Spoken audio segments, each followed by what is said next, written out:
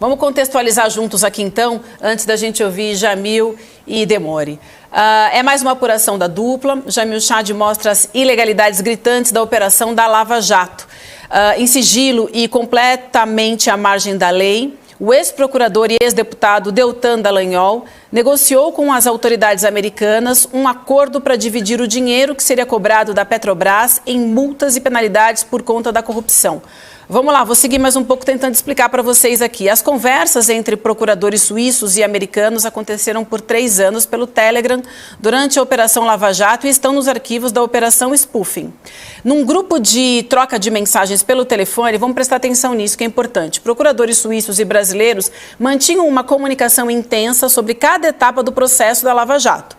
As conversas aconteceram por mais de 3 anos pelo Telegram, como eu falei, e não eram registradas oficialmente. Acho que esse é o primeiro ponto importante para a gente falar. E a negociação sobre o acordo que penalizaria a Petrobras com multas pagas nos Estados Unidos não envolveu a Controladoria Geral da União, que é o órgão competente. Portanto, por lei, né, o órgão competente para o caso.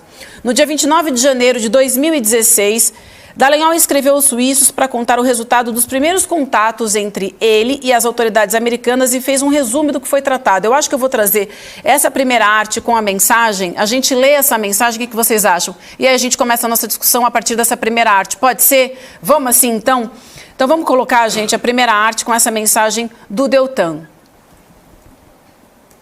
Tá aí. Então ele fala o seguinte: como estávamos preocupados com uma penalidade enorme para a Petrobras, muito maior do que com tudo o que recuperamos no Brasil, e preocupados com o fato de que isso poderia prejudicar a imagem da nossa investigação e a saúde financeira da Petrobras, pensamos em uma solução possível, mesmo que não seja simples. Eles disseram que se a Petrobras pagar algo ao governo brasileiro em um acordo, eles creditariam isso para diminuir sua penalidade e o valor poderia ser algo como 50% do valor do dinheiro pago nos Estados Unidos. Eu acho que a gente já pode começar a nossa discussão, vocês explicando para a gente, por favor, Jamil e Demori, o que é exatamente essa mensagem, o que é exatamente essa denúncia, mas pelo que me parece é o Deltan negociando dinheiro em troca dessas delações e aí que esse dinheiro iriam para aquele fundo que no final das contas seria administrado por eles mesmos, né?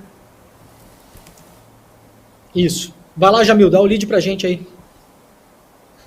Não, olha, é isso mesmo, Vivian, acima de tudo, é uma mensagem enviada pelo Deltan aos suíços dizendo, olha, nós já estamos negociando com os americanos e ele coloca de uma forma muito clara, eu acho que o Demori vai destacar essa parte também, dizendo, tudo é confidencial. Ou seja, ele está dizendo de uma forma muito clara aos suíços, por um canal paralelo, por um canal extraoficial, que existe uma negociação confidencial com os americanos para estabelecer um acordo de pagamento de multas.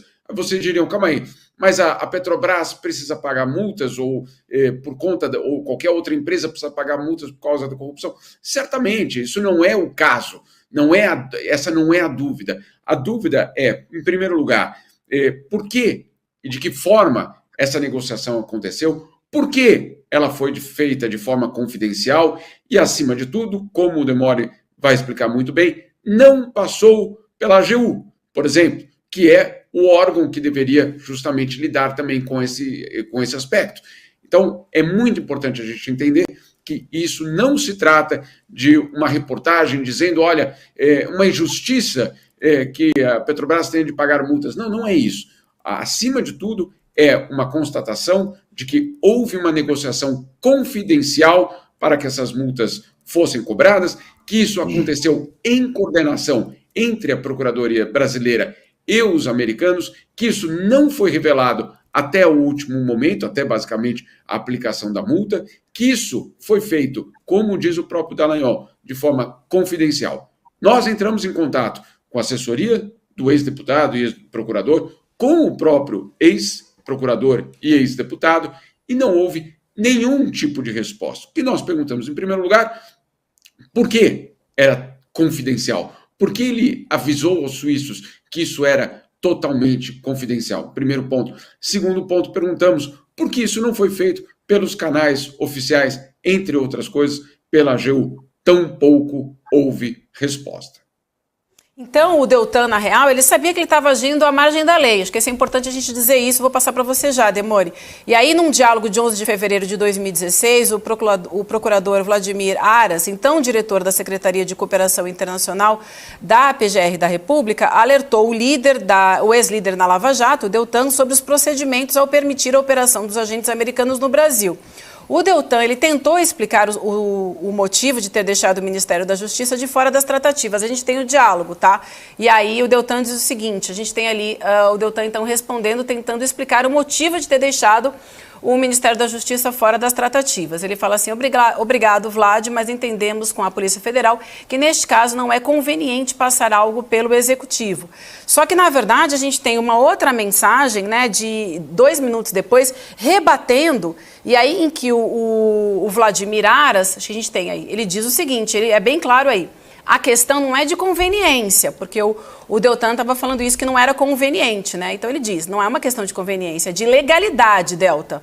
O tratado tem força de lei federal ordinária e atribui ao Ministério da Justiça a intermediação. Estamos negociando com o Senado um caminho específico para os casos do Ministério Público Federal. Por hora, precisamos observar as regras vigentes. Então, Demori, ele deixa isso muito claro, fala das regras, portanto, o Deltan sabia desde o início que o que ele estava fazendo era fora da lei. Exatamente, o Deltan Dallagnol, esse caso é um caso bem emblemático, né? O Deltan Dallagnol, ele estava em contato direto com o DOJ, Departamento de Justiça dos Estados Americanos, né, dos Estados Unidos, e também a SEC, que é uma espécie de Comissão de Valores Imobiliários, como se fosse a nossa CVM. Esses contatos, ele fez uma reunião com eles, uma reunião que, segundo o Deltan Dallagnol, durou 2 dias. Essa reunião não foi avisada para os órgãos competentes do Brasil, então foi feita de modo clandestino. Quem deveria participar dessas reuniões não participou, principalmente a CGU, né? Então, ele vai para o Telegram e avisa os suíços. Ele fala para os suíços o seguinte, olha, eu conversei com os americanos, tudo aqui que a gente está falando agora é confidencial e eles vão multar a Petrobras. Na época era uma multa de perto de $1 bilhão. O que é que faz o Deltan? Ele compartilha essas informações com os suíços com o intuito de trazer parte desse dinheiro para o Brasil. A retórica do Deltan, Vivian, ela é muito bonita no texto, né? Mas a gente precisa ler as entrelinhas. O que que ele fala? A Petrobras vai pagar essa multa bilionária nos Estados Unidos, é uma multa muito maior do que tudo que nós recuperamos na Lava Jato aqui no Brasil. Então, o que que a gente precisa fazer, William? Trazer uma parte dessa grana para o Brasil. Por quê? 2 motivos principais o Deltan fala, tirando a hipocrisia para beneficiar o povo brasileiro. Primeiro, porque a imagem da Lava Jato seria arranhada se essa multa fosse paga lá fora e não para o Brasil, porque afinal de contas, isso é um dinheiro que foi gerado pela corrupção aqui no Brasil. É um dinheiro brasileiro que estava sendo enviado para fora. Segundo motivo, eles fazem um contrato com os agentes americanos, com o DOJ, são mais de 15 agentes citados na matéria, os nomes estão todos lá, vários nomes já tinham sido divulgados anteriormente pelo Intercept e pela agência pública, agora nós confirmamos esses nomes. Eles trazem parte desse dinheiro e eles colocariam mais ou menos 2 bilhões e 300 mil reais em um fundo com um CNPJ privado que seria gerenciado e criado pela Lava Jato. Então, o intuito do Deltan com esse acordo, é por isso, Vivian, que ele passa por cima do Ministério da Justiça, ele não avisa o Executivo, ele não faz um acordo internacional, ele não avisa a CGU, que em última instância é o órgão no Brasil responsável por cuidar do nosso dinheiro e falar sim, aceito esse acordo ou não, não aceito. Ele passa por cima, negocia diretamente com os agentes americanos. Repito, os nomes estão todos na matéria publicada pelo Jamil e por mim lá no UOL e na minha newsletter também, na Grande Guerra. Ele avisa os suíços e o intuito dele é: eu quero trazer uma parte dessa multa para o Brasil, como de fato ela vem, e parte desse dinheiro, o contrato está na matéria também. Há um contrato que vai levar esse dinheiro para uma fundação privada, de CNPJ privado, que seria montada e organizada pela Lava Jato. Por sorte, na época, essa fundação foi descoberta a tempo. Lembremos que o ministro Alexandre de Moraes cancelou a existência dessa fundação, impediu que o dinheiro fosse parar na mão dos procuradores e jogou esse dinheiro para financiar os fundos de proteção à Amazônia. Hoje, Vivian, o CNJ, Conselho Nacional de Justiça, abriu investigação, está investigando esse fundo, esse esquema do fundo. Então, de novo, essa negociação por Telegram dos procuradores diretamente com agentes estrangeiros, com agentes suíços, com procuradores americanos, com policiais americanos, da maneira como ela aconteceu, ela é ilegal. Ela aconteceu nas sombras. E esse dinheiro não viria para beneficiar a população brasileira. Uma parte gigantesca desse dinheiro pararia nas mãos da Lava Jato, em uma entidade de CNPJ privado. Então, essa é a grande história, e isso é, obviamente, um escândalo. Muitos já sabíamos disso, o próprio Jamil já tinha publicado reportagens em relação a isso. Agora, essas conversas que aconteceram durante mais de 3 anos pelo Telegram são todas em inglês com os procuradores suíços, e aqui tá assim, a boca na botija, o próprio Deltan falando, é tudo confidencial. Ele confessa a reunião com os americanos, uma reunião que, segundo ele, era uma reunião que aconteceu durante 2 dias, e depois ainda os procuradores brasileiros passam para os suíços os contatos dos nomes dos norte-americanos, que seriam as referências deles, os contatos diretos deles, do MPF, no Brasil, com os Estados Unidos. Então, uma matéria bastante forte, foi muito apurada por mim, pelo Jamil, ao longo das semanas aí, e ela está publicada no UOL e lá na newsletter A Grande Guerra. Jamil, só para a gente passar aqui os números mais uma vez, só um número rapidinho para a nossa audiência aqui. Então, o acordo da Petrobras com os Estados Unidos é de uma multa, que é o que o Leandro acabou de falar, de 853,2 milhões de dólares, não são reais, milhões de dólares, e metade desse montante, me corrija se eu estiver errado, iria para esse fundo privado. É isso, Jamil?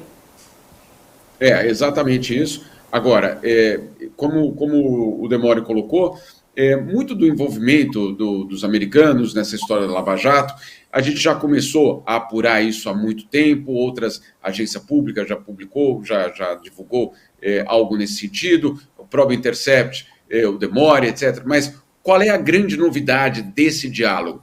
É o próprio Dallagnol, não somos nós, não sou eu, não é o Demore, não é uma interpretação de texto, é o próprio texto do próprio Deltan Dallagnol avisando os suíços que isso estava acontecendo de forma confidencial. Ou seja, não estamos aqui falando de uma, vamos assim, de um novo capítulo da luta contra a corrupção, que é justamente a forma que eles querem apresentar ou tentam apresentar a história, mas, acima de tudo, uma informação do próprio Deltan Dallagnol aos suíços de que isso está sendo feito de forma confidencial.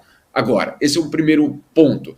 O segundo ponto fundamental é justamente do Vladimir Aras, que serve ali uma espécie de voz de consciência entre os procuradores, dizendo, opa, gente, olha, legal, etc., mas existem regras, existem procedimentos, existem instituições no país, e essas instituições precisam ser respeitadas.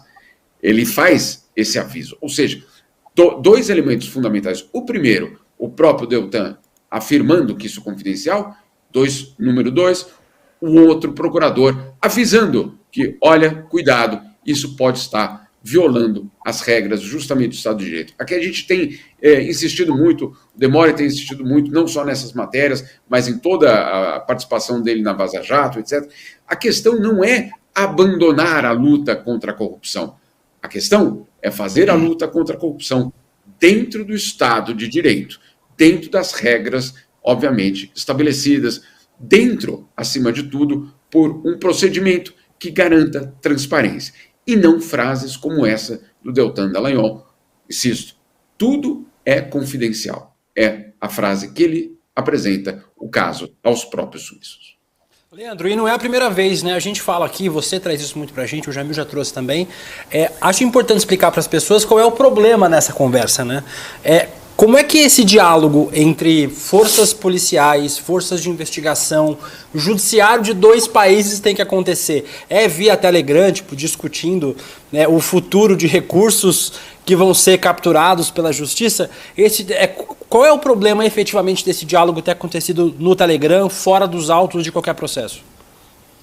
Exatamente. Primeiro, William, porque isso aí vai beneficiar, já está beneficiando, a gente está vendo, os corruptos. Os corruptos, eles pegam toda essa maneira como a Lava Jato tocou a operação e vão tentar a nulidade dos processos. Então, não adianta você, eu vou fazer uma comparação aqui, não adianta você pegar, por exemplo, alguém na rua e levar para a cadeia e manter na cadeia e torturá-la eventualmente para ela confessar um crime. A partir do momento que isso vier a público, mesmo que essa pessoa tenha cometido um crime, ela será solta. Você não pode usar meios ilegais para combater o crime. Essa é a primeira coisa. A segunda coisa, ele, Deltan Dallagnol, conscientemente não avisou o Ministério da Justiça e a CGU sobre essas conversas. Isso é ilegal. Não cabe a um procurador de primeira instância em Curitiba, vejam a maluquice disso, negociar um acordo bilionário com o DOJ nos Estados Unidos.